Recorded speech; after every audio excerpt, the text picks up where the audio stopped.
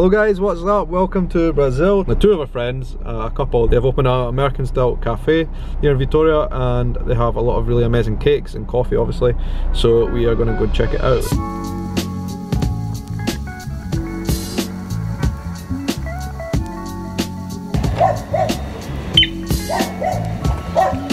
That's a noisy dog. Hey!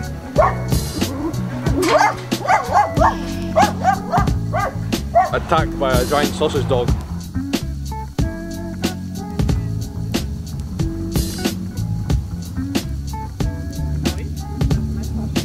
Wi-Fi.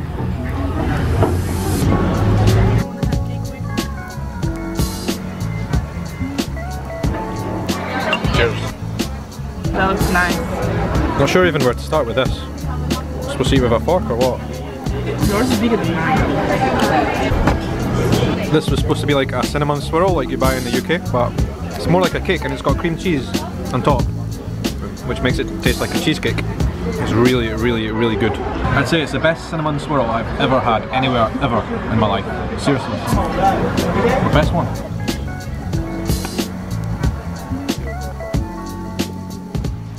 You know what I've always said is this place needs like a place where you can go and drink coffee, have some cake or whatever, take a laptop maybe and do a bit of work. And I think that's it. Perfect. Say our friends Lucas and Gabby have opened this place and I can see me coming back for sure. Good coffee, good food. Highly recommend you guys go. It's in Praia do Canto.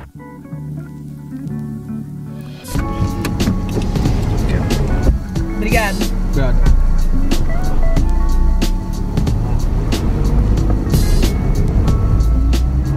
We're taking a drive out to Flower Shop again, the one that we were last week, because they didn't have some of the stuff that I wanted to buy. Traffic's terrible though.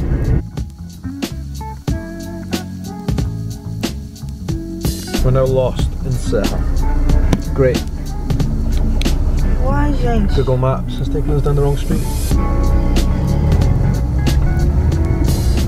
If there's one place in Brazil that I don't particularly want to be lost, it's Serra. Sorry if any of you are from Serra, but I don't want to be lost here. The roads are a bit confusing.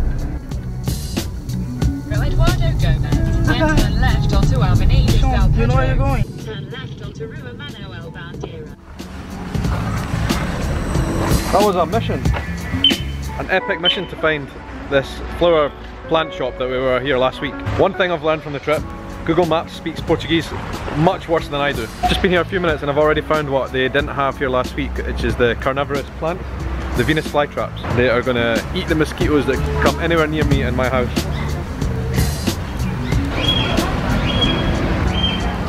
You know, I could literally fill our house up with plants, like a jungle, like a rainforest in our house. The problem is we spend so much time out of Brazil, it's difficult to keep them all. That is quite a trolley full of plants we've got there. Okay. Oh! The car is now like rainforest on wheels.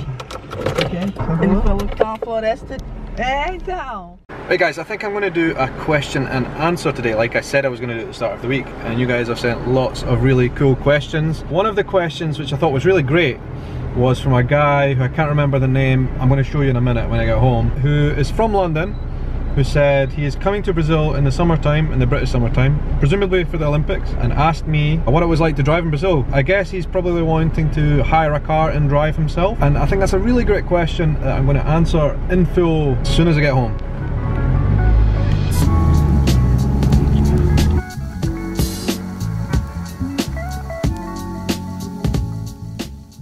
Well guys, I just came home to something quite unexpected. Quite official looking letter.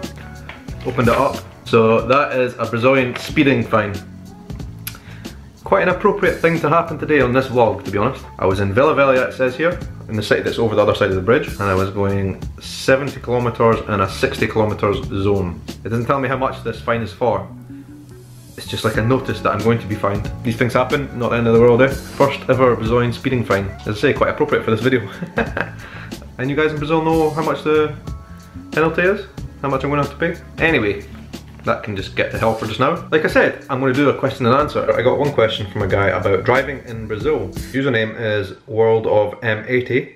says, I am travelling to Brazil this summer, UK summer of course, and just wondering what your thoughts are on driving in Brazil compared to, say, London. Now, I lived in London for 5 years of my life, and it's a really great city to live in, really cool, lots of things going on. I drove there, I had a car there, and I used to drive quite a lot. I used to use it on the weekends quite a lot to get to the beach and all these kind of places away from the city. Until today, London is the most intimidating and stressful place I've ever driven in my life. Just to get that fact out there right away, Brazil is quite a intimidating place for someone from the outside who's never driven here. The statistics alone tell you that Brazil is a dangerous place to drive. Like, so many thousands of people a year die in every city in Brazil because of road accidents. It's crazy. But you need to remember one thing, there is different types of Brazil. Now, a lot of you guys will be coming to Brazil for the Olympics and will be thinking about driving in Rio de Janeiro during that time. Now, Rio is one place that I would be really hesitant to drive. Even though I'm confident in driving in Brazil, Rio is a place where it is particularly tough. I just think people there are absolutely insane on the roads, like totally bonkers. But having said that, if you're a confident driver, you should be able to manage it, no problem. You just need to be careful on speed and do not get involved in any kind of tit-for-tat overtaking maneuvers with other people who will overtake you for sure. The UK, we've got quite strict laws on undertaking, which is when somebody's on the outside lane, on the fast lane, you're not supposed to take them on the inside. Well, here in Brazil, they do that. No questions asked, they'll do that all the time. It's happened to me so many times and it's really dangerous, but they'll do it, and they'll do it at high speed. And as I say, the best thing to do is just allow them to go ahead, get on with it. And if you leave any of the cities and go on a kind of countryside drive, truck drivers here are particularly insane. Like, definitely stay well away from truck drivers, be very careful about overtaking them. I've never seen truck drivers anywhere in the world quite as mental as they are here in Brazil. Now, here in Vitória, where I live, the city itself is probably one of the safest places in Brazil to drive. It's a really easy city to drive in. The roads are well planned, and you know, you can get around with the car pretty easily. I have a really small car here and I don't have any problems whatsoever. Vitória is a great place to drive, but as I say, there's different parts of Brazil. Here is very different from the likes of Rio, and is very different from the likes of Sao Paulo as well, where the traffic is quite crazy as well. But what I would say to anyone who's coming here for the first time and wants to drive is you can do it. If you're a confident driver and you have experience of driving in big cities such as London, you'll be able to drive here no problem whatsoever. You just need to be confident, and I would also say that you should be driving with someone in the car who maybe knows a little bit of Portuguese. It definitely helps. Okay, I've got another question from a guy called Claudinho Moraes.